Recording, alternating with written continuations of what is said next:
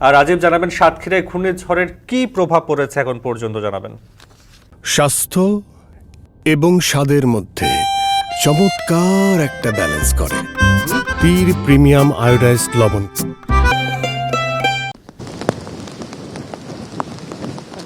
সাতক্ষীরা অঞ্চলে এখন আমি রয়েছি সুন্দরবনের পাশে মালঞ্চ নদীর তীরে। এখানে আমরা সন্ধ্যার পর থেকেই কিন্তু থেমে থেমে বাতাস এবং বৃষ্টি হলেও এখন একটানা কিন্তু বাতাস বয়ে যাচ্ছে, একই সাথে এখানে বৃষ্টি হচ্ছে।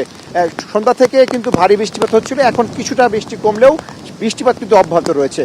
আমরা একটু আগে একটি খবর পেয়েছি যে নাপিতখালী এলাকায় শ্যামনগর উপজেলায় সেখানে একজন বৃদ্ধ তিনি আশ্রয় কেন্দ্রে যাওয়ার পথে কিন্তু ঝড়ের মধ্যে পড়ে তিনি মৃত্যুবরণ করেছেন, এমন একটি সংবাদ আমরা পেয়েছি। একই সাথে বাঁধ, উপকূল রক্ষা যে বাঁধ রয়েছে সেই বাঁধের 3 থেকে 4টি পয়েন্টে কিন্তু ফাটল দেখা দিয়েছে। এছাড়া বেশ কয়েকটি পয়েন্টের যে ওই রিং বাঁধ ছিল সেই রিং বাঁধ ভেঙে লোকালয়ের নিম্নাঞ্চল প্লাবিত হয়েছে, এমন তথ্য আমরা পেয়েছি। এছাড়া বিকেলের দিকে আমরা তথ্য পেয়েছিলাম, বিকেলের যে জোয়ার ছিল সেই জোয়ারে এখানকার যে দুর্গাবাটি এলাকা রয়েছে সেই দুর্গাবাটি এলাকায় বাঁধ ছাপিয়ে কিন্তু পানি প্রবেশ করেছিল।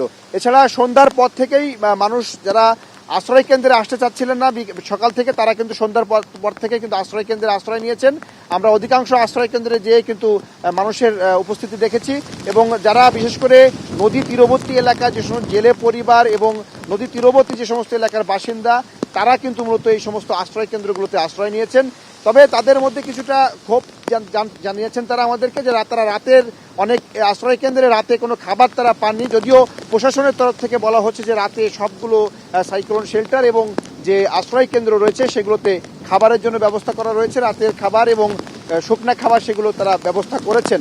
যদিও আমরা এখানে স্থানীয়দের সাথে কথা বলেছি, সকাল থেকে জনপ্রতিনিধিরা তাদের খোঁজ খবর নিলেও স্থানীয় যে প্রশাসনের কর্মকর্তারা তাদের এখানে আসেননি কেউ, এবং এখানকার যে স্থানীয়ভাবে এখানে যে মানুষজন তারা বলছেন যে এই যে জোয়ারের পানি যদি বাড়ে সেক্ষেত্রে তাদের উপকূল রক্ষা বেড়িবাঁধ নিয়ে তারা সবচেয়ে বেশি আতঙ্কিত।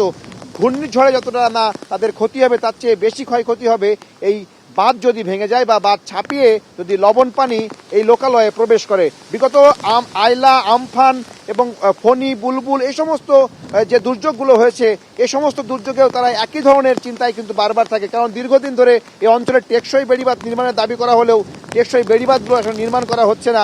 এখন পর্যন্ত সেই বেড়িবাঁধ না হওয়ার কারণে তারা মূলত এই ক্ষোভ এবং শঙ্কার কথা জানিয়েছে। প্রতিবার দুর্যোগ এলেই তাদেরকে এই ধরনের বিপর্যয়ের মুখে পড়তে হয়, তাদেরকে এই ধরনের অবস্থার মধ্যে পড়তে হয়। এখন একটু বলে রাখি যে বাতাসের তীব্রতা কিন্তু এখানে বাড়ছে, যত সময় যাচ্ছে বাতাসের তীব্রতা বাড়ছে, একই সাথে বৃষ্টিপাত বাড়ছে। মূলত বঙ্গোপসাগরে এখানে যদি যে ঝড়টি আগে আঘাত আনে, এখানে সুন্দরবন পেরিয়ে আসতে একটু সময় লাগে, কারণ সুন্দরবনে বাধা পেয়ে এই যে ঘূর্ণিঝড়টি সেটি আঘাত আনতে উপকূলে পর্যন্ত সুন্দরবনের তীরে পৌঁছাতে একটু সময় লাগবে।